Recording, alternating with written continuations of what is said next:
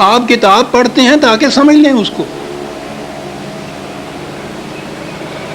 خدا نے بار بار کہا ہے کہ ہم نے اس کو لسان عربی مبین میں واضح طور پر اس کو بیان کیا، لعلکم تعقلون، تاکہ تم سمجھ سکو.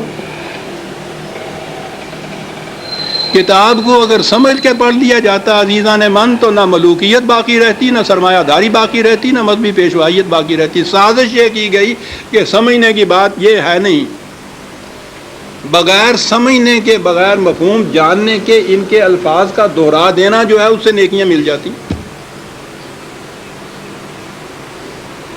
ایسا چکر دیا کہ کتاب کا سمجھنا جو تھا، سمجھنا کتاب کا بے معنی ہو گیا.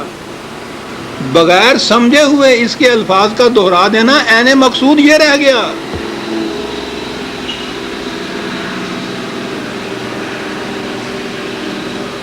اعلیٰ سے اعلیٰ درجے کی کسی طبیب، حکیم کی، فلاسفر کی نسخوں کی کتاب، ہر مرض کا نسخہ جہاں لکھا ہو اس کے اندر، آپ اس کو سمجھے نہیں اس زبان کو، اور وہ نسخے زبانی یاد کر لیں اور صبح اٹھ کے ان کو نسخوں کو رٹتے رہیں، شام تک بولتے رہیں. کچھ پتہ نہ ہو آپ کو کہ سونف کسے کہتے ہیں، ترنجبین کیا ہوتی ہے، اور پڑھتے چلیں. کیا مرض کی شفا مل جائے گی اس طرح سے؟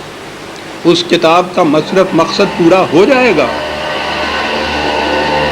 میں نے کہا ہے ابھی کہ ہے کوئی دنیا میں اور کتاب جس کے ساتھ یہ کچھ آپ کرتے ہوں؟ عزیزان من، اس کتاب عظیم نے کیا لیا ہے کہ ہم اس کے ساتھ یہ کرتے جو کسی کتاب کے ساتھ نہیں کرتے. یہ سب اس لیے کہ یہ سمجھ میں نہ آ جائے، کہیں ہو نہ جائے آشکارا شرع پیغمبر. کہیں یہ آج ہی کی سازش نہیں ہے، شروع سے چلی آ رہی ہے. یہ لگا دو اس لائن کے اوپر کہ دہراتے ہو اس کو ساتھ بغیر سمجھے. نہ وہ آگے جو امام کھڑا ہوتا ہے حافظ، اس کو پتہ ہوتا ہے میں کیا لفظ دہرا رہا ہوں، نہ یہ سننے والوں کو پتہ ہوتا ہے کہ یہ بات کیا معنی رکھتے ہیں. دونوں ہی مطمئن ہوتے ہیں کہ ثواب حاصل ہوتا ہے اس سے. اس کتاب کے ساتھ کیا کی تو ہم میں اور ان میں کیا فرق ہے جن کے پاس وہ کتاب نہیں ہے؟ فرق یہ ہے کہ ہم دوہرے مجرم ہیں. ہے بھی کتاب، اور کتاب کو اتنا، اس کو پڑھنا تو کہیں گے نہیں، پڑھنا تو پھر بھی وہ ناظرہ پڑھا جاتا ہے جو دہراتے ہیں. ناظرہ پڑھنا بھی تو یہی ہوتا ہے، الفاظ ہی ہوتے ہیں جن کو دہراتے ہیں ہم. یہ کتاب ہدایت تھی، یہ وہ نقشے اس میں دیے ہوئے تھے کہ فلان دوراہے پہ پہنچو تو دائیں کی طرف مڑ جاؤ تو اس طرف جاؤ گے، بائیں کی طرف کا راستہ اس طرف چلا جائے گا. نہیں سمجھتے اس کو. ہر مرض کی شفاعت تھی اس میں، دہرائے چلے جا رہے ہیں. یہ ایک پورا ریلا حفاظ جسے کہتے ہیں، صرف حفظ کیا ہوا کچھ معنی نہیں جانتے، اسی میں وہ پھر قاری آ جاتے ہیں. حفظ بھی کیا ہے، پڑھتے بھی ہیں، پھر قرأت کے ساتھ گا گا کے پڑھا جاتا ہے.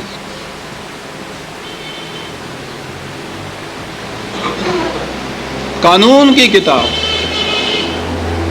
گا کے پڑھنے کی. قرآن میں یہ لکھا ہوا ہے کہ چوری کرنے والا اور تو چوری کرنے والی ہو، جرم کے عوض میں اس کے ساتھ یہ سزا اس کو دو. اب اس کو آپ گاتے چلے جائیے قانون کو.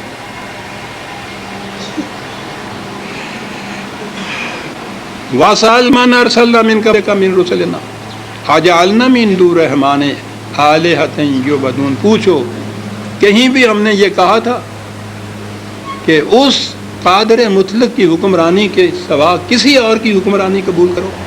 کسی سے ہم نے کہا تھا ایسا؟ سب سے نہ پوچھو. یہ جو سب سے پہلے تمہارے مخاطب یہودی ہیں ان سے پوچھو. وَلَقَدْ أَرْسَلْنَا مُوسَىٰ بِآيَاتِنَا إِلَىٰ فِرْعَوْنَ وَمَلَائِهِ فَقَالَ إِنِّي رَسُولُ رَبِّ الْعَالَمِينَ. ان سے پوچھو سب سے پہلے. کیا یہ اپنے ہاں یہ پاتے نہیں ہیں کہ حضرت موسیٰ علیہ السلام آئے؟ کس کی طرف بھیجا تھا؟ فرعون کی طرف. کیا جرم تھا اس کا؟ یذبحون ابناءہم ویستحیون نساءہم. قوم میں جتنے صلاحیتوں والے ایسے لوگ تھے وہ سرکردہ ہو سکتے تھے، ان کو کلب کر کے کلپ کر کے چھوڑ دیتا، ابھرنے نہیں دیتا تھا. وہ اس قسم کے افراد کے جن میں زنانہ صفتیں ہوتی تھی ان کو مقرر بنایا کرتا تھا. اور آگے قرآن نے لکھا ہے کہ انہیں وہ پارٹیاں بنایا کرتا تھا. کبھی ایک پارٹی کو اوپر چڑھا دیتا تھا، کبھی دوسری کو اوپر چڑھا دیتا. یہ جرائم ہیں اس کے. کرتا کس طرح سے تھا وہ ابھی آتی ہے بات. موسیٰ علیہ السلام نے کہا کہ میں رسول ہوں، یہیں سے لفظ آ جاتا ہے رب العالمین کی طرف سے.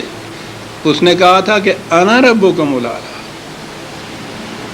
رزق کے سارے سرچشمے اور وسائل اپنے ہاتھ میں لے لیتا ہے مستبد حکمران، اور پھر کہتا ہے کہ ہمارے ہاتھ میں یہ، ہم تمہارے ان داتا ہیں، ہم تمہیں رزق دیتے ہیں. دیکھیے یہاں لفظی قرآن نے کہا کہ جا کے حضرت موسیٰ نے کہا تھا کہ میں اس کی طرف سے آیا ہوں جو تمام عالم کو رزق دینے والا ہے. نفی یہاں اس کی اس دعوے کی ہے. فلما جاءہم بآیاتنا اذا ہم منہا یضحکون. وہ آیا یہ کہنے کے لیے انہوں نے تمسخر اڑایا. کہنے لگا ملاحظہ فرماؤ کیا بات کر رہا. وما نریہم من آیۃ الا ہی اکبر من اختہا واخذناہم بالعذاب لعلہم یرجعون. کہتا ہمارا انداز کیونکہ مولد کا وقفہ دینے کا ہے. یہ غلط روش، غلط نظام جو ہے، ان کی جو خرابیاں ہیں، پہلی بار ایسا نہیں ہوتا کہ وہ اس قوم کو بالکل تباہ کر دے. جھٹکے دیتی ہیں وہ تھوڑے تھوڑے کہ اس میں بھی وہ سمجھ لائیں کہ یہ بات بھی غلط تھی جو ہم نے کی. اس سے نہیں بات سمجھتے تو اگلا جھٹکا اس سے زیادہ سخت ہوتا ہے. اس طرح سے ہم یہ کرتے ہیں تاکہ آخری جھٹکا وہ ہوتا ہے اذا زلزلت الارض زلزالہا، وہ زلزلہ آ جاتا ہے، پھر تباہی ہو جاتی ہے. یہ ہے ہمارا انداز، اور یہ بھی انداز رحمت ہے کہ پہلی دفعہ ہی اس طرح سے جھٹکا نہیں دیتا. ہم یہ کرتے تھے فقالوا یا ایھا الساحر ادع لنا ربک بما عہد عندک اننا لمہتدون. جب کوئی جھٹکا آتا تو کہتے کہ تو اپنے خدا سے یہ دعا کر کہ ہمیں وہ اس سے نجات دے دے، تو اس کے بعد تم دیکھ لینا اللہ کی کرتے ہم کتنے شریف آدمی بن جاتے ہیں، بالکل توبہ کر لیں گے. فلما کشفنا عنہم العذاب اذا ہم ینکثون. وہ جب وہ مصیبت ٹل جاتی پھر ویسے کہ ویسے ہی ہو جاتی. اس لیے کہ وہ دل سے نہیں مانی ہوئی بات تھی، یہ غلط کار ہے. وہ تو ایک مصیبت آئی ہوئی تھی، اس کو ٹالنے کے لیے ٹھیک ہے دعائیں بھی مانگتے ہیں، نبی سے بھی کہہ دیا کہ ہمارے لیے تم یہ کچھ کر دو. دل سے نہیں مانا ہوا ہوگا. آؤ سنیے اب اس نے کیا کیا. معاف رکھیے گا، یہی تو شکایت ہے میری.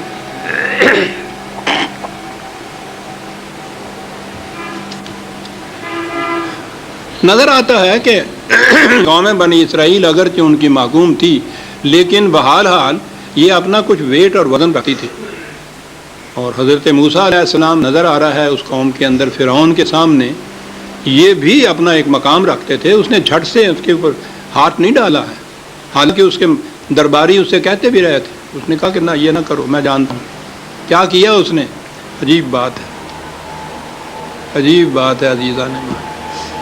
اس نے قوم میں پروپیگنڈا شروع کر دیا.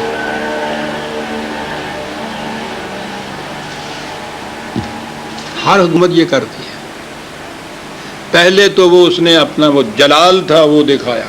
وَنَادَى فِرْعَوْنُ فِي قَوْمِهِ قَالَ يَا قَوْمِ أَلَيْسَ لِي مُلْكُ مِصْرَ وَهَٰذِهِ الْأَنْهَارُ تَجْرِي مِن تَحْتِي أَفَلَا تُبْصِرُونَ. پہلے تو یہ بات کہ یہ رزق کے سرچشمے، یہ زمینیں اتنی وسیع، یہ اتنی نہریں اور یہ دریا کس کی ملکیت ہیں؟ ہماری ملکیت ہے. دیکھ نہیں رہے ہو تم؟ بڑی چیز یاد رکھو. رزق بند کر دیں گے، ذرا سی بھی تم نے ارتابی کی، ذرا سے بھی اس کی طرف جھکے تم، یہ سب ہمارے قبضے میں ہے. کہا یہ آ گیا ہے میرے مقابل میں،